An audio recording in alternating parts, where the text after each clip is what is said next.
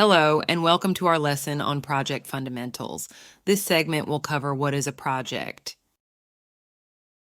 Having already looked at yourself as a leader and a follower, it's natural to turn your attention to the work at hand, the project.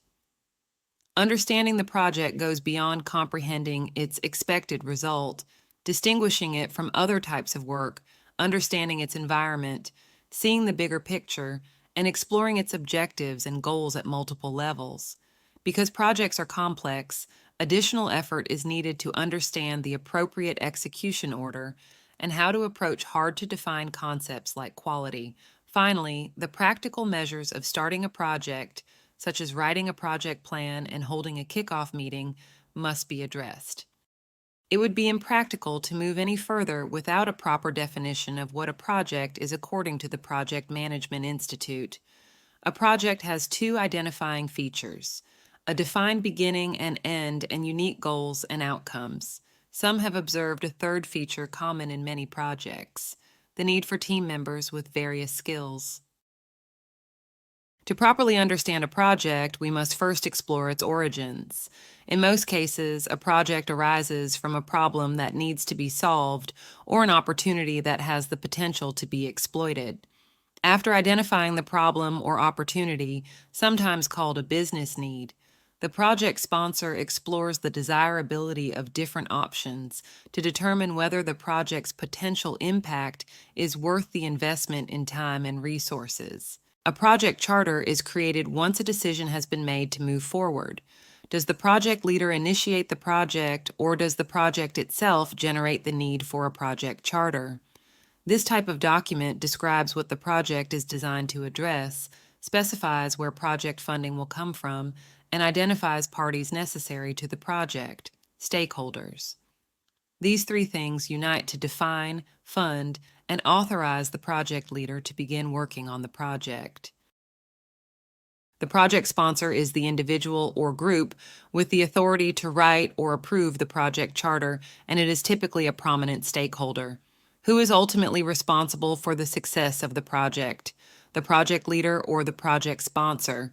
The project sponsor is primarily responsible for the origination, financial support, and championing of the project to parties outside the project's circle of control. The project manager's responsibilities lie primarily within the project's boundaries and are constrained by the cost, scope, and schedule available. Projects differ from operational work, often considered business as usual. Operational work is generally not unique. Rather than seeking a defined endpoint, it's often repetitive and continues until it is no longer needed. Though varied skills are sometimes required for operational work, applying these skills is usually less dynamic than in a project environment.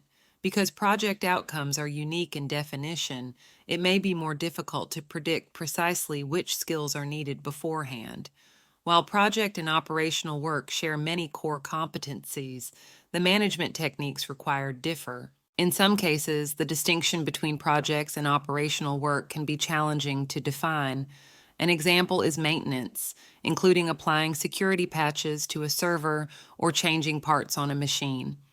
Though individual efforts may be unique during specific periods, the larger picture is somewhat repetitive and ongoing. Most professionals would describe these as a project because they are more dynamic than typical operational work, but understand that they require slightly different skill sets and strategies than the type of project work. Typically, project includes the following general phases, known collectively as the project lifecycle: conception, initiation, planning, execution, closing. Conception initiation phase.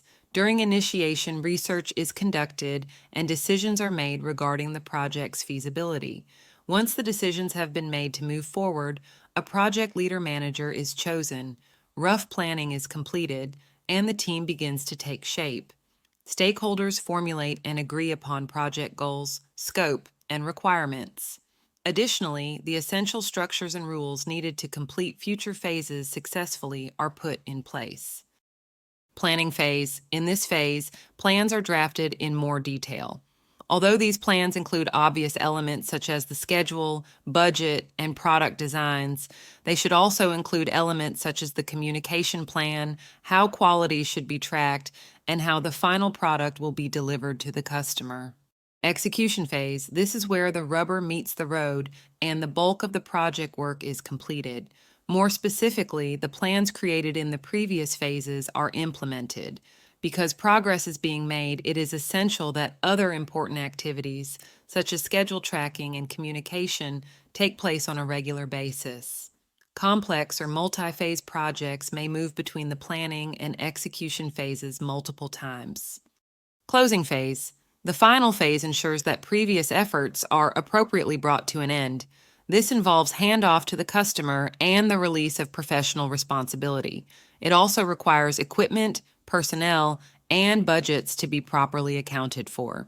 During this phase, one essential duty that's often neglected is the collecting and properly disseminating of lessons learned so that future projects can benefit from the successes and failures experienced during the project.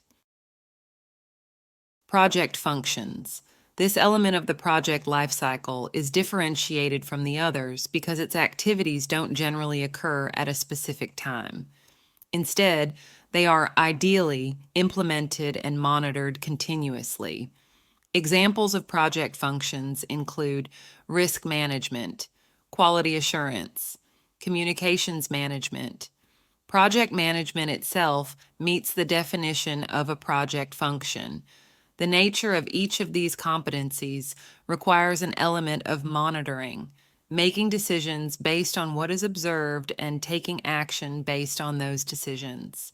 For example, a project leader must continuously monitor the morale and effectiveness of their team, make choices about how to proceed, and enact those decisions within the project. If the task check the morale of the team were planned ahead of time at one singular point in the timeline, its benefit would be minimal. To be effective, this type of action must be continuous. It is important to understand that the phases and elements within a project often exist as part of a larger ecosystem.